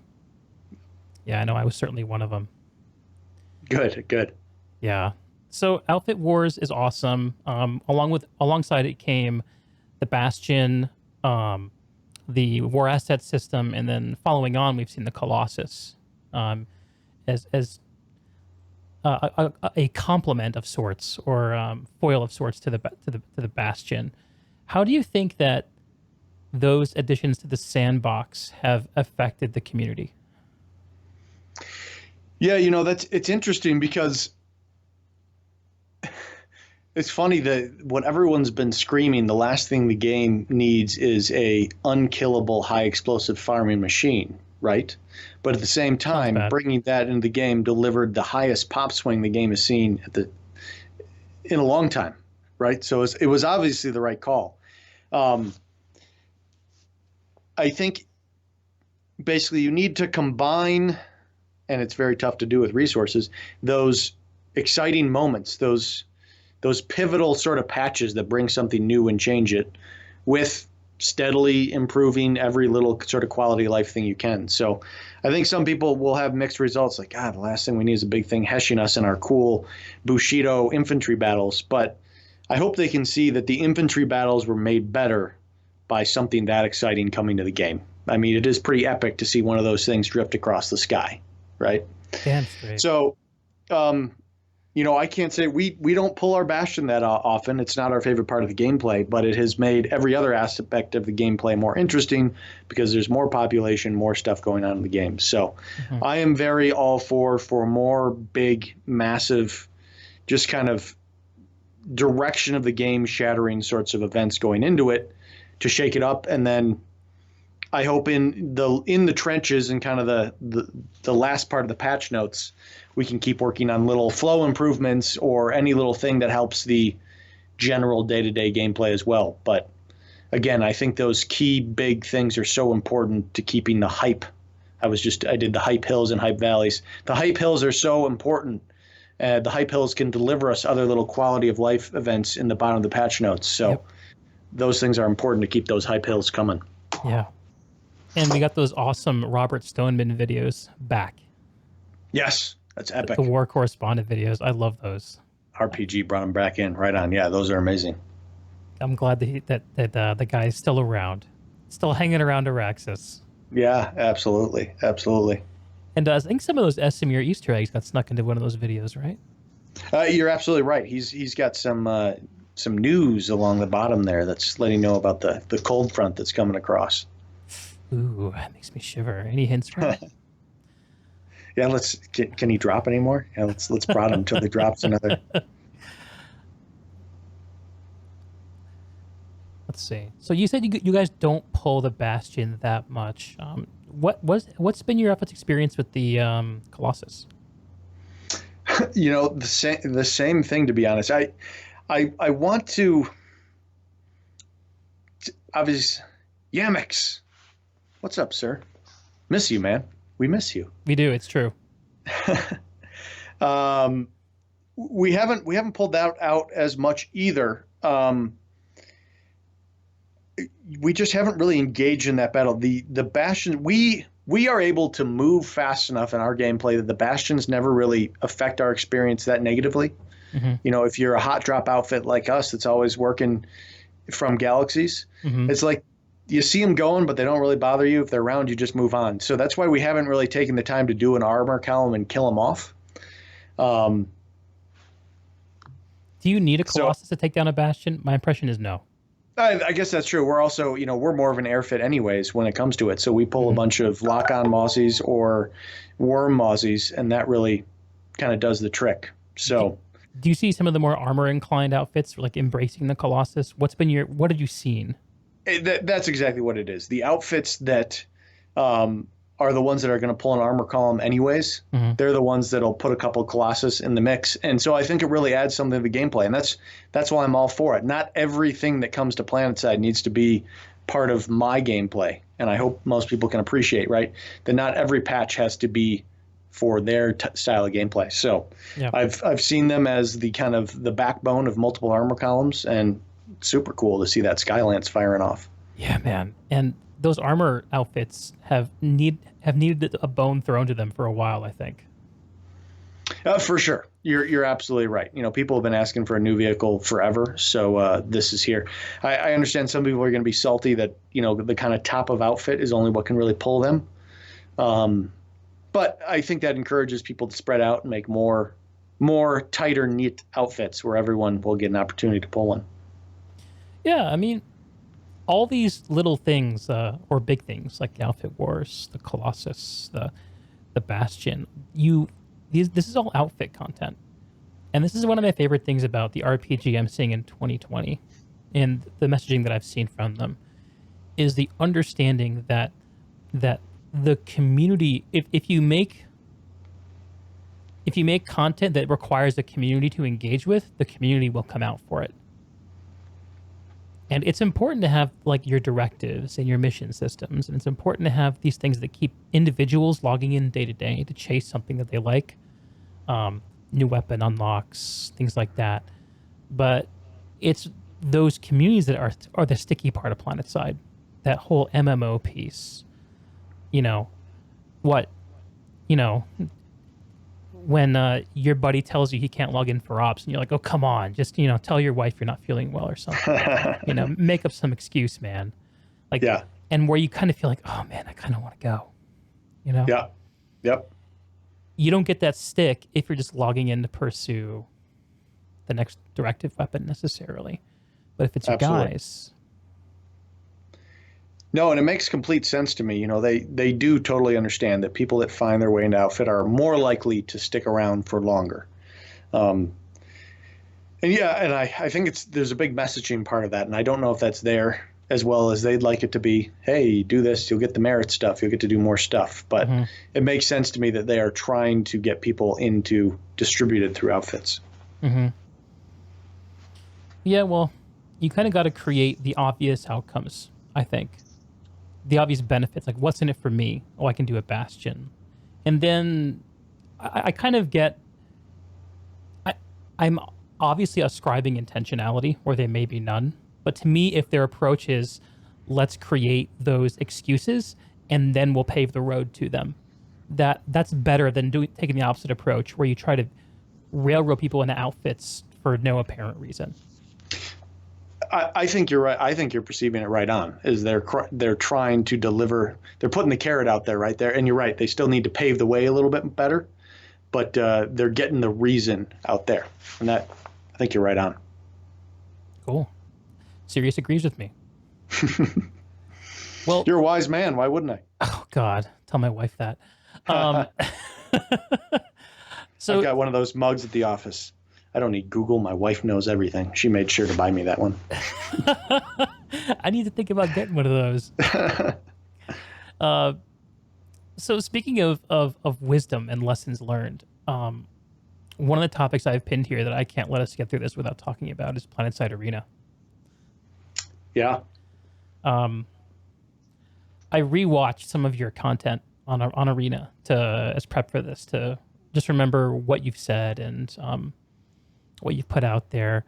But maybe you can just walk us through it. Your experience first learning about Arena, what your initial impressions were, and how it progressed. Yeah, I think Arena is a tough one because, it depended on the community getting behind it and including the content creators. And it had felt like we had just been through the whole H1Z1 experience where we had kind of been shoved to the side. And it kind of felt like that all over again, where we're getting this new content, this new game that's in the franchise, but it's delivering something completely. I know they're putting the carrot out there of Massive Clash, right? But it's in its iteration was delivering something completely different. Yeah. So how do you voice to a development company that you love that, hey, we want more content like what's already here? I don't know how you do that. And then I think the second big problem really just harkens back to the challenge video. When I played, if I was playing in small groups, it was unfair out there, man. I'm not a terrific player, but that's one of the things you highlighted. There was a lot of battles out there that I'm sure the other side felt like this wasn't fair or fun. And same thing, I ran into the groups out there that were, you put 12 players that are in Discord together and they will just wreck a lobby, Mm-hmm. And so they didn't have a solution to that. They didn't have, it was one of those things where they couldn't sell it to us, right? They couldn't sell it to Planetside 2 because the Planetside 2 experience was not in it yet. They had aspirations for that, but it was not in it yet. And so they had to go sell it to someone else, and they never did. They never had that budget to try to pitch it as the better version of H1Z1 or the next Battle Royale. And also, I think Apex landed at the exact same time. They were planning on giving it to people, I think. Yeah, well, you're right on. And then Apex, that was kind of the nail in the coffin, right? That was the first thought that I had when I saw Apex is... they were trying to sneak into the Battle Royale market, and then you had just this... Because really, Planetside was groundbreaking in that it was Battle Royale, but class-based. And then when Apex was the same, even a wider version of that, right? A hero-based Battle Royale. Right. Now the Planetside, the Arena didn't even have a niche like that to kind of lean into. So, yeah, that was a tough one. Yeah, that had to be rough to see come down. Tough is the word. You asked the question, how do you communicate with people who with developers of a game that you love? That's something that they've put out there as the next thing isn't really it, or it's not really there.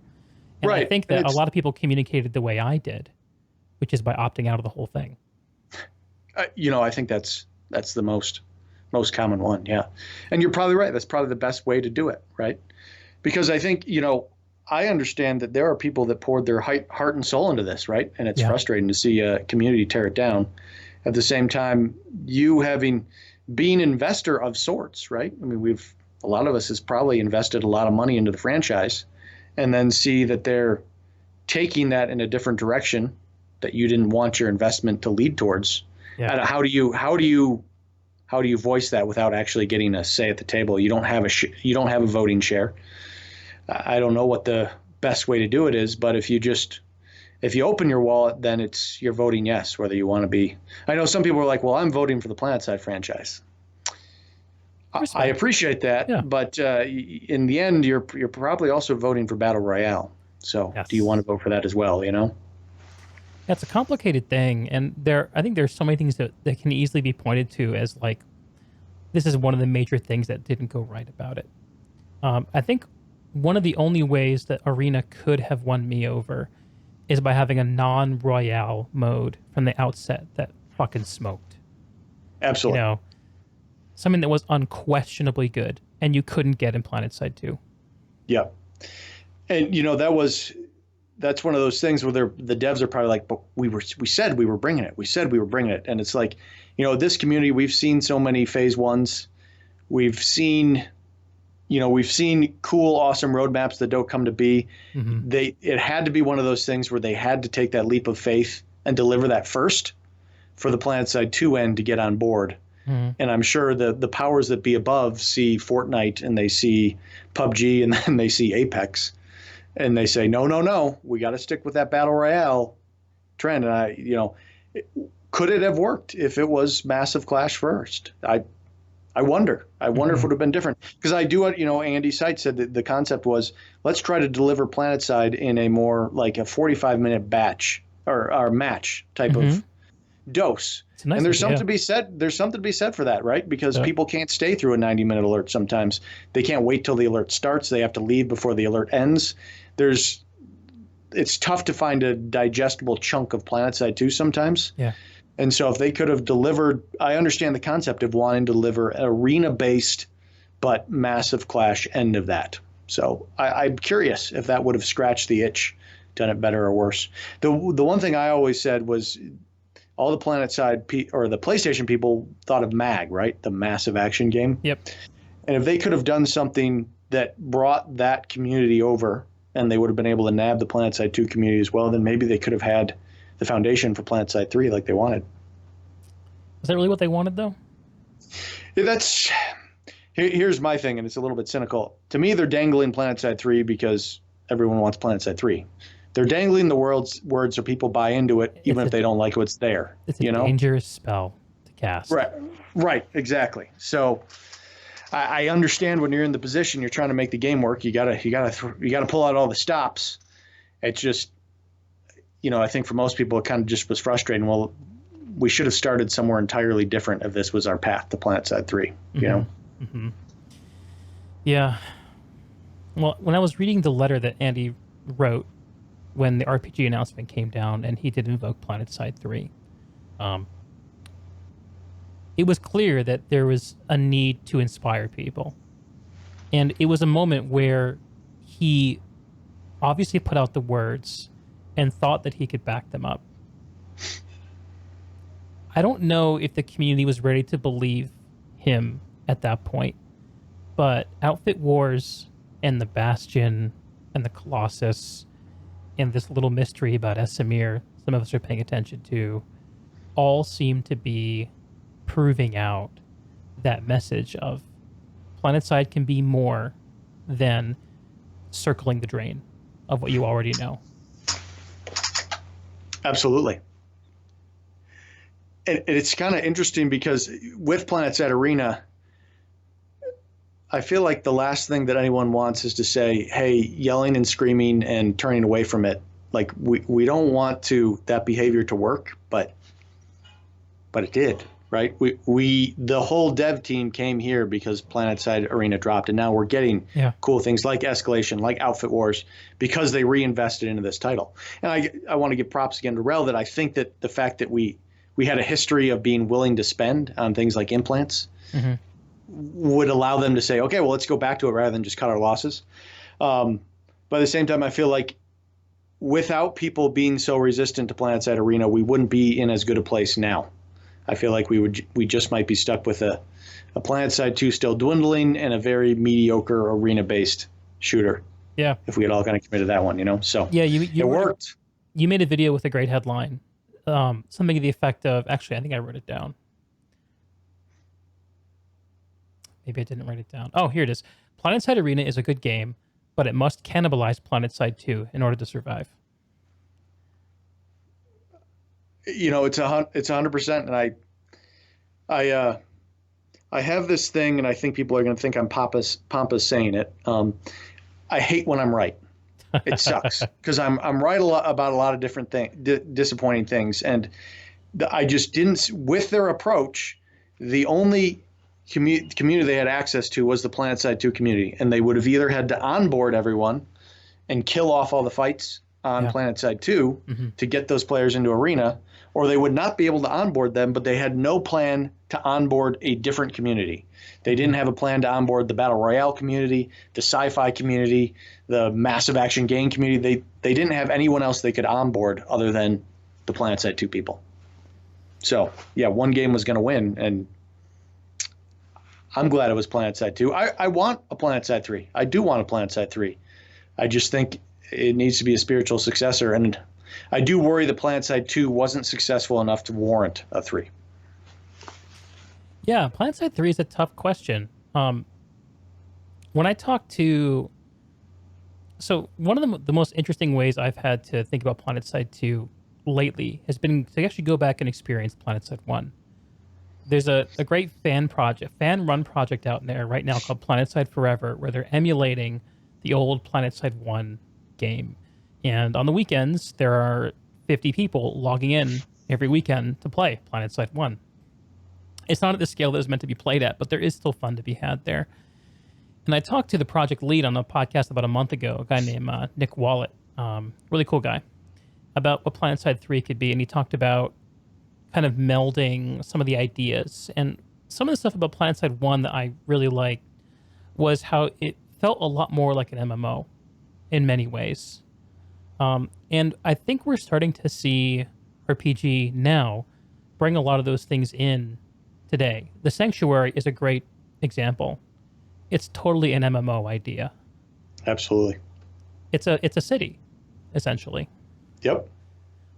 Yeah, to me, the potential there is limitless. I think for some people, it's like, well, there's nothing here yet. Hey, you're right. Hopefully they can kind of round it out and then really see the benefit of it. What do you think we'll see from the Sanctuary? Yeah, I mean, I think, the mission system can be based there. Mm-hmm. I think all of us I would love to have VR training just right off an end of it. Me, I would love to have a canteen. Yeah, exactly. I would love to have a canteen there. I see, and again, some people are like, well, that's pointless. I would love to have outfit, guild halls, right? I would like to have something where you can work to as a guild, where everyone feels like they can contribute, and hey, your bastion is hovering just outside of this instanced hall, right? You can put a cosmetic on it. Just a gathering place where everyone can, just as I try to do my stream, where sure, we hang in the canteen and there's kind of a rise and fall to the stream. Yeah. I think it's a good way to do ops, right? We all kind of come together as a community, as a group at it, and then we go out, we do battle on Araxis, and then we kind of wind down at the end and bring our spoils back. Oh, what did we unlock? What did we do? What did we achieve as a team today, type of thing. That's a great sounding gameplay loop. I love that. Exactly. Idea. I think having that hub, it just offers all those potentials. And that, again, what I love about that is right now the game depends, a lot of the monetization is in loot crates. And to me, you can do monetization there that's more fun and more fair, where, hey, if people are running merit boosts or whatever, they can get more for their cosmetics for their guild hall faster. All these cosmetic ways to monetize. I think that's definitely the way to make the game feel the most fair, rather than these loot crates / massive grind ways where you feel like you need to grind to get carapace, whatever. So I also would imagine that companies like RPG and the publisher Daybreak, with all the regulation that we're hearing intoned across the world about loot crates and in online and gambling in video games, I would hope that we're starting to move away from that. Absolutely. I think we're at a turning point for sure. Of course, any corporation based in the U.S. will be slower because we're always slower about those things. But all about the business, baby. Yep, for sure, for sure.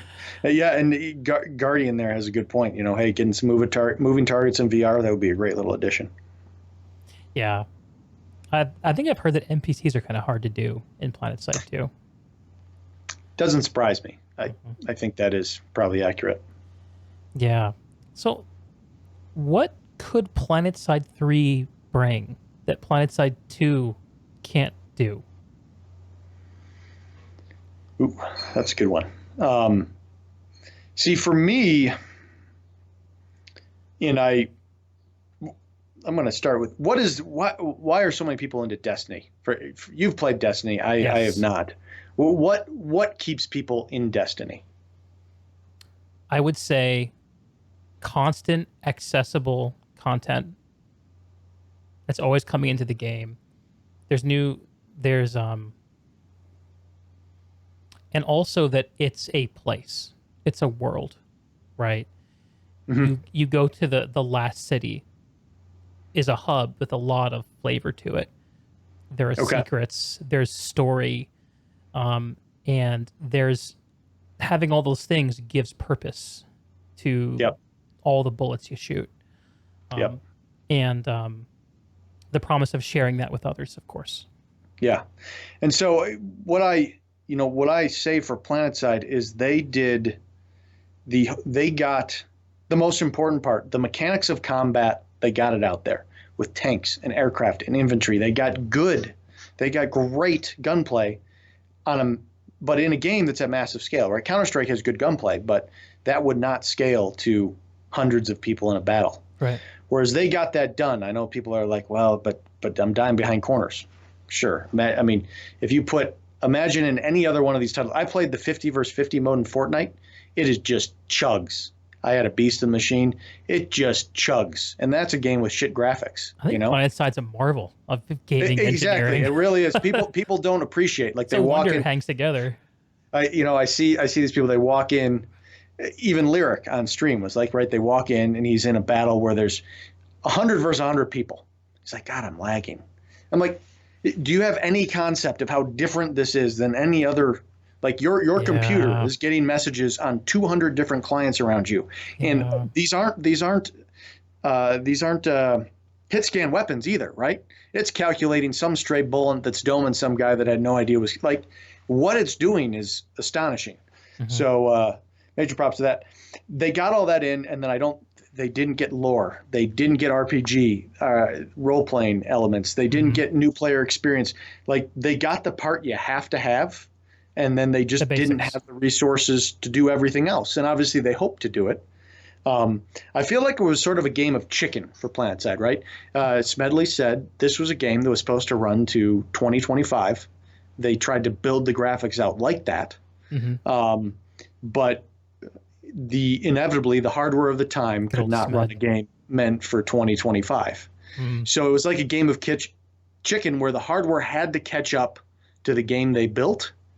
And unfortunately, before the hardware ever caught up, they lost the mind share. Battle. Exactly. The will of the people. The will of the people wanted them to revert to make it run better now. And so they had to put a lot of the resources that could have been, let's do more lore, let's do more this, to making it run on the equipment of the time. And referring to OMFG? Exactly. Higby even mentioned that it was a gut punch. That they had to stop everything they were doing and do OMFG because there was the whole team, right? Zoe was left in a bad state, right? They couldn't even do balance stuff because they were doing this overhaul. And it was demanded by the community. Smed saw the outcry and he responded to the outcry.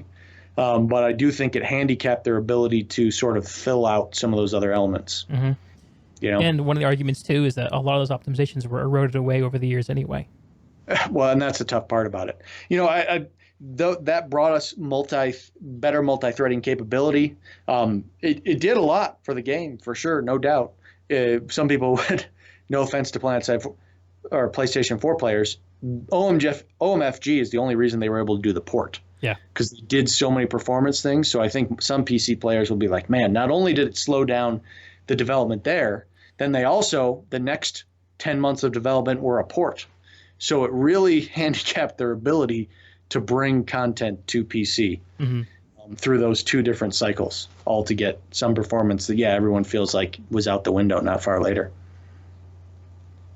Yeah, that's a rough one. And I think that, I was looking at the, I'm not sure how accurate Steam Charts is, But I was watching some of the player trends for Planetside 2 historically, and I noticed that OMFG, that one of the questions I asked myself when Outfit Wars was leading up was, what does Planetside have to do to have a permanent increase in players?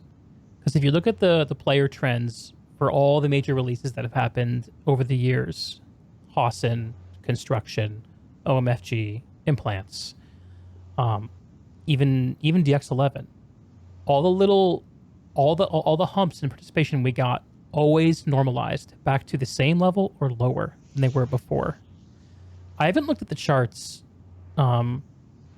for post Bastion, but I haven't really felt the need to, because I kind of feel like we haven't had a lull.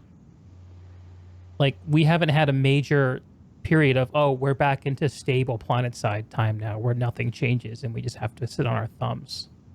Mm-hmm. It's just a new phase, feels like. Absolutely. I mean, major credit to the cyclical nature of Outfit Wars and that they were able to get the Colossus out. We've certainly, I do feel like we're in a little bit of a valley, but you're right. It's not as steep a fall off as some of those other patches brought. We were able to sort of keep flat or, flatten that curve out a little bit. Word. To use a word of the times, right? Flatten the curve. So right. Okay. Well, speaking of the times, I think that we could go on and talk about Planetside for hours. I know I could anyway. But maybe we should hit on one or two non-Planetside things before we call it a night.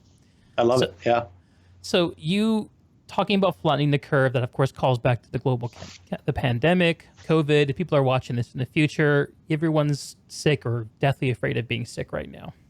And I'm sure you were there for it.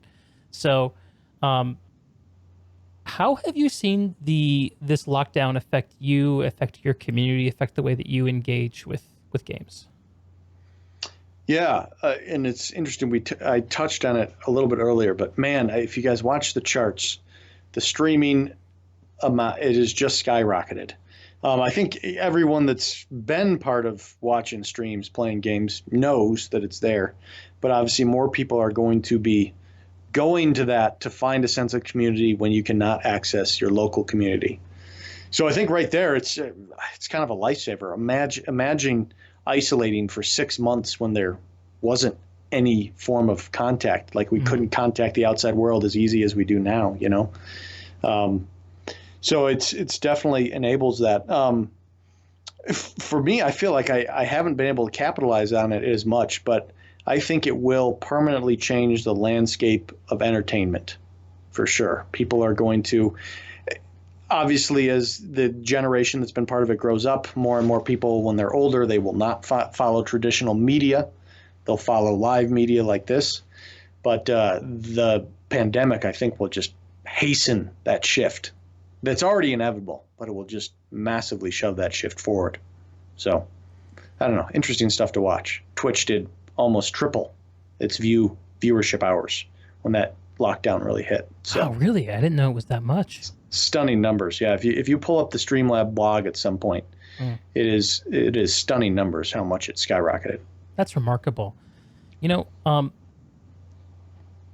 you think this is like an entirely like new kind of phase change we're going through, or this is just kind of like an acceleration of something that was going to happen over time anyway?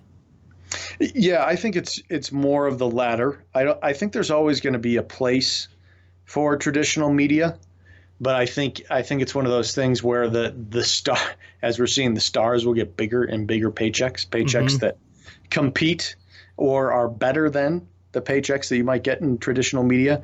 It will be, for a while, it's kind of like, streaming gaming was the redheaded stepchild behind regular sportscasting or behind Hollywood. And very soon it'll be like, well, this is just one of the options, not the lesser option. It's just like, hey, do you want to watch a live Overwatch cast or do you want to watch a hockey game? It will definitely shift towards that, where it's just one of the things you can choose, I imagine I'm preaching to the choir when I say this, but the suspicion that I have is that, I think already from a revenue perspective, video games are the ascendant art form of the world. And I think over time, especially as we have generational shift, that'll be more culturally recognized. Um, I, I don't see any other future other than the one where the world of gaming becomes broader and broader and has more and more little niches for people to plug into, and where it doesn't just take over everything. Like if you watch there's some great interview content that came out around Half-Life Alyx, the new VR Half-Life game from Valve, a few months ago. And Gabe Newell, praise Gabe, is is talking about brain computer interfaces, and anyone who's not looking at that is sleeping on the future of technology. Wow. Matrix kind of stuff. And when you think about what kind of art form can be transformed by that medium, it's not painting. It's not really movies. It's video games. For sure. And we've seen it already be transformed by the global availability of broadband, which has allowed a thing like Twitch to occur, to your point. Yeah. Yeah. I don't see any other way that it could go. And a big part of the reason why I decided to commit to doing this content, because I, like you, have a day job, and I do this when I come home at the end of the day, or at least I used to come home when I turn off my work laptop at the end of the day. Let's put it that way. Right. Is because you and I, Commander, Kami, Rel, Yamix, everyone else who's watching this is at the start of something that is going to shape the lives of everyone as we continue on into the future. Yeah. That's a really heavy but super accurate way to look at it. Yeah, I can't say I stopped to think about it that much, but that's really very accurate. Especially with the coronavirus, people are forced to find their communities online, but they already were before, right? We're fortunate to be in a position where you're not stuck with what's right next door, right? Mm-hmm. What if right next door has completely different values, or is mean, or whatever reason it doesn't quite work. Mm-hmm. It's a beauty that you can go out and everyone can find something that they can be part of, that work, right, that has similar interests.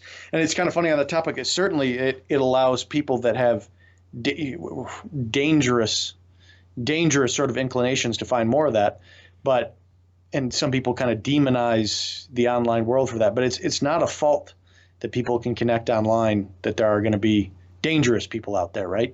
It's people can find that no matter what. Yeah. I think it's important we look at every time you see that the millions, the massively outweighing percentage of groups, communities, gatherings, small little outfits that find experiences every night, every day because of this.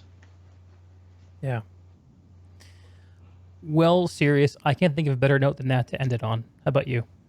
I think that's absolutely perfect. Now that we've definitely solved all the problems of the world, we might as well just stop there. So, great job, brother. Hearty handshake. Yeah, absolutely. Well, yeah, Deeg, thanks so much for having me on, man. I really appreciate you. What you're doing here is awesome, and just keep it up. Best of luck to you. So my absolute pleasure, and right back at you. I'll be looking forward to many more Cyrious streams to come. Right on, man. Yeah, I'm going to keep them coming. Yeah, next Outfit War season is going to be epic, guys. Looking forward to it. Just you wait. So, all right. For those of you all who are out there watching us live, thanks for being here. And for those of you all watching us after the fact, thanks for checking us out. I'm Deeg. That's Commander Cyrious. He kicks ass, and he wants to tell you what's great about Planetside. Go to his YouTube channel, youtube.com/c/CMDRCYRIOUS. Did I get that right? You did. You nailed it. Nice. Same thing on, where else are you? I'm that everywhere. You can find me on Insta, Periscope, Twitter, Trovo, DLive, you name it. Pick your platform, and that's me. So go find him. Yeah. All right. Thanks, y'all. Have a great night. I've been Deeg. I have a little community too.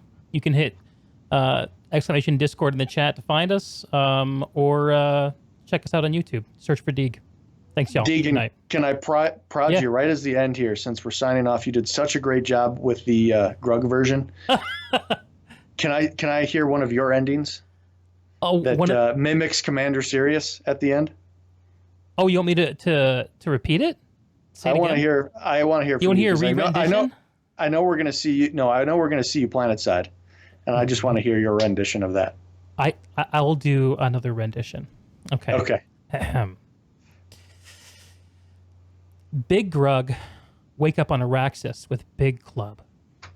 Big Grug smash Little Grug with Big Club. Doing this, Big Grug gets big KDR, big KPM. Big Grug likes smashing Little Grug. Big Grug shares with all his friends how quickly he can smash Little Grug. Big Grug feels good about themselves. But Little Grugs find a solution.